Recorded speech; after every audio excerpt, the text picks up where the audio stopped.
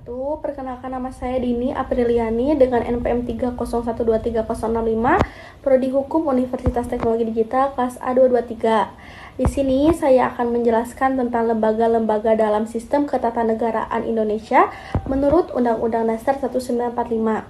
Melalui gambar yang ditampilkan, kita bisa melihat siapa saja lembaga-lembaga negara yang memiliki peran penting dalam menjalankan pemerintahan Indonesia, serta bagaimana hubungan antar lembaga tersebut diatur dalam konstitusi. Dari gambar tersebut terlihat bahwa posisi tertinggi ditempati oleh Undang-Undang Dasar 1945. Undang-Undang Dasar 1945 menjadi dasar utama bagi seluruh lembaga negara di Indonesia. Artinya, semua kebijakan, keputusan, dan peraturan yang dibuat oleh lembaga negara harus sesuai dengan Undang-Undang Dasar 1945 dan tidak boleh bertentangan dengannya.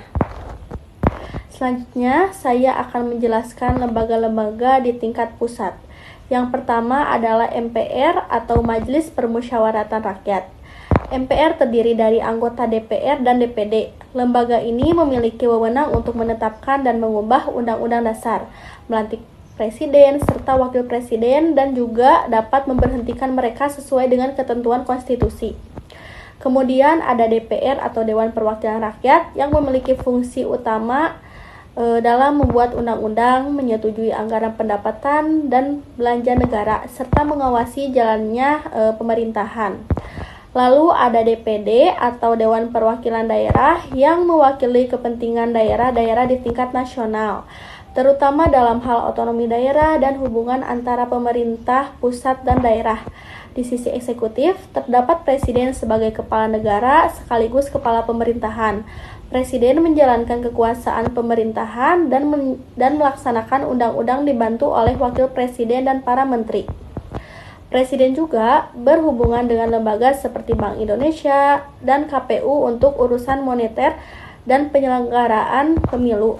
Selanjutnya di bidang kehakiman terdapat MA atau Mahkamah Agung yang menjadi lembaga peradilan tertinggi di Indonesia. Di bawah MA terdapat 4 lingkungan peradilan, yaitu peradilan umum, peradilan agama, militer, dan tata usaha negara.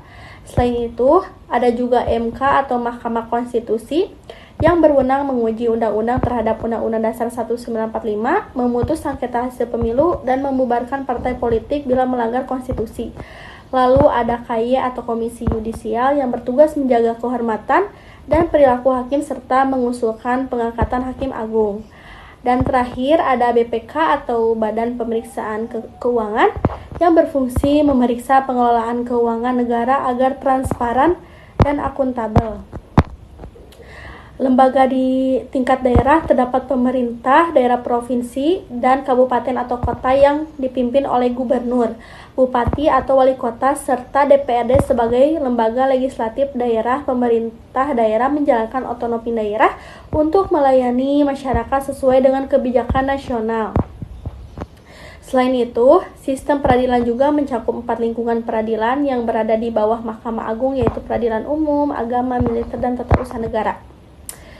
Oke, baik, dari gambar ini dapat disimpulkan bahwa sistem ketatanegaraan di Indonesia menganut prinsip pemisahan kekuasaan, yaitu antara kekuasaan legislatif, eksekutif, dan yudikatif.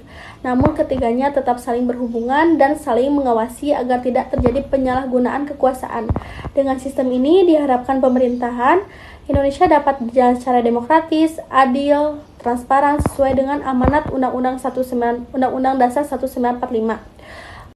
Mungkin itu saja yang bisa saya sampaikan. Mohon maaf bila ada kesalahan atau kekurangan kata. Wassalamualaikum warahmatullahi wabarakatuh.